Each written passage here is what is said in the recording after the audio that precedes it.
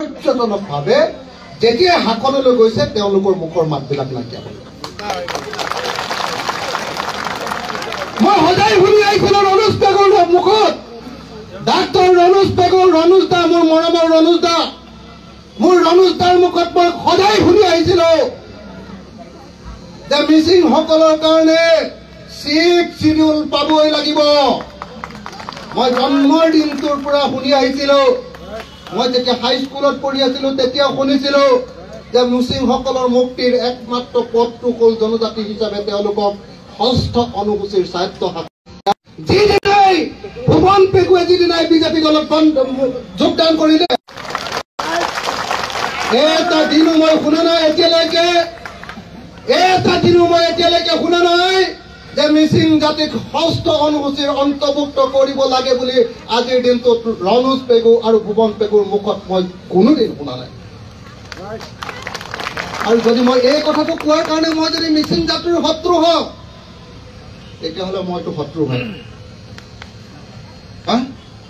মইতো কৈ যাম যে মিচিংসকলক সংবিধান সন্মত আমি আমাৰ ৰাইজৰ দলৰ সংবিধানত লিখি থৈছো, কৰ্মসূচীত লিখি থৈছো যে মিচিং জাতিক তেওঁলোকৰ স্বায়ত্ত শাসন সংবিধান সন্মত হ'ব লাগিব। তুমি অসম চৰকাৰক এখন চুক্তি কৰি লৈ মিচিংসকলক স্বায়ত্ত শাসন দিলে নহ'ব। আৰু সেই স্বায়ত্ত শাসন কেৱল মাতব আৰু কি ইগো আৰু মাতবোৰ হাতত থাকিলেও নহ'ব, হয়নে নহয়? প্ৰত্যেকজন মিচিং মানুহে ক্ষমতাৰ অংশীদাৰ হ'বলৈ পাব লাগিব। লাগিবনে নাই? লাগিবনে নাই?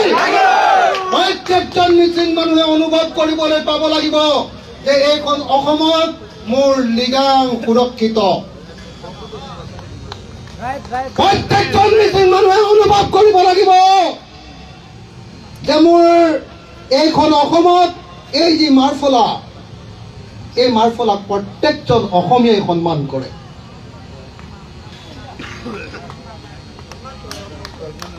মই আপোনালোকক সেইকাৰণে অতি স্পষ্ট ভাষাত ক'ব খোজো, মই স্পষ্টকে কওঁ, সেইকাৰণে মই বাৰম্বাৰ জেলতো গৈ থাকো, আপোনালোকে সকলোৱে জানে। বিজেপি চৰকাৰৰ 5 বছৰৰ শাসনকালত মই 2.5 বছৰ জেলত আছিলো। 2.5 বছৰ আধাখিনি সময় মোক জেলত ৰাখিছিলে। জেলত ৰাখিছিলে কেলৈ? জেলত ৰাখিছিলে যাতে কা আইনখন তেওঁলোকে গৃহীত কৰিব পাৰে। জেলত ৰাখিছিলে কেলৈ? কাৰণ লখিমপুৰ ধেমাজিক বচাবলৈ মই নদীবান্ধ হ'ব নালাগে বুলি কৈছিলো। মই প্ৰত্যেকজন জোনাই মানুহৰ পৰা জানিব খোজো, আপোনালোকে বৃহৎ নদীবান্ধ বিচাৰে নেকি? বিচাৰে নেকি? আজি দিবাং যদি হয়, আজি যদি চিৰাং প্ৰকল্প হয়, তেতিয়াহ'লে জোনাই বাচি থাকিব নেকি? যদি সোৱণশিৰি প্ৰকল্প হয়, আজি গোগামুখ, মহৰি কেম্পৰ পৰা মাজুলীলৈকে এই সমগ্ৰ মিচিং এলেকাৰ মানুহ বাচি থাকিব নেকি? আটাইতকৈ নদীবান্ধ হ'লে আটাইতকৈ ডাঙৰ বিপদ অসমৰ ভূমিপুত্ৰ নৈকুৰীয়া জনজাতি মিচিংসকল আৰু কৈবত্য বা SC সকল। মোৰ ঘৰ কিন্তু যোৰহাটত, তাত কোনো নদীবান্ধৰ পানী নুঠে। মোৰ ঘৰ চেলেংহাটত, মোৰ তাত কোনো পৰ্যায়ত কেতিয়াও নদীবান্ধৰ পানী নুঠে। কিন্তু নদীবান্ধৰ কাৰণে মই 6 মাহ জেল খাইছো।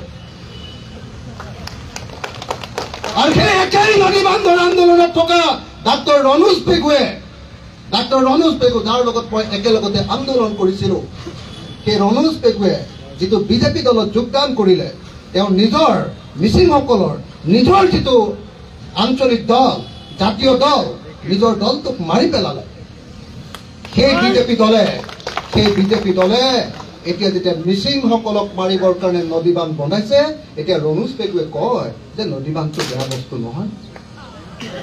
অথচ একেলগতে মই আন্দোলন কৰিছিলো। ৰনোজ পেগুৰ মোৰ ককাই দিওঁ দেই, একদম আপোন ককাই দিওঁ। আজিও ৰনোজ পেগুৱে ৰাতি 12টা বজাত মোলৈ ফোন কৰে, ময়ো ৰাতি 1টা বজাত ফোন কৰোঁ। মই ৰনোজ দাৰ ঘৰত গৈ, ভিতৰত গৈ, পাকঘৰত গৈ খাব পাৰোঁ। আৰু ৰনোজ দাই বৌয়ে মোক এতিয়াও মাজে মাজে বিহু হ'লে এটা চাৰ্ট উপহাৰ দিয়ে। ককাই ভাইৰ সম্পৰ্ক। কিন্তু ৰাজনৈতিকভাৱে ডাক্তৰ ৰণোজ পেগু অৰ্থাৎ মিচিংসকলৰ আটাইতকৈ ডাঙৰ লিডাৰ দুজনে এতিয়া ভুল কৰি আছে